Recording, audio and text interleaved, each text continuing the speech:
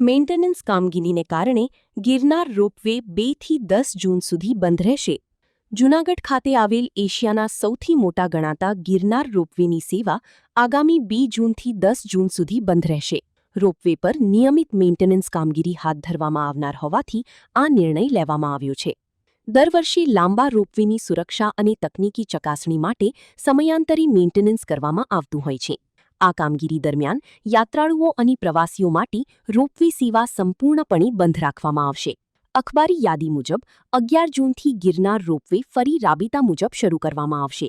Reporter પ્રકાશ દવે, જૂનાગઢ.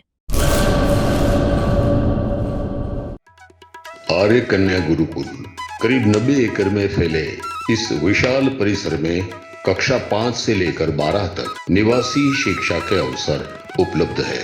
इसके अलावा स्थानीय कन्याओं के लिए केजी से लेकर 12वीं कक्षा तक गुजराती तथा अंग्रेजी माध्यम स्कूल भी कार्यरत है.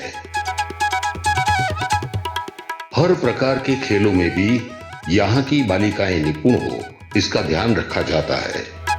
यहाँ कन्याओं को वेदों के प्राचीन मंत्रों के संस्कारों के साथ विज्ञान और टेक्नोलॉजी से जुड़ी आधुनिक शिक्षा दी जाती है. बालिकाओं को विभिन्न कलाओं में पारंगत बनाने के साथ संस्कारों का सिंचन इस गुरुकुल की विशेषता है.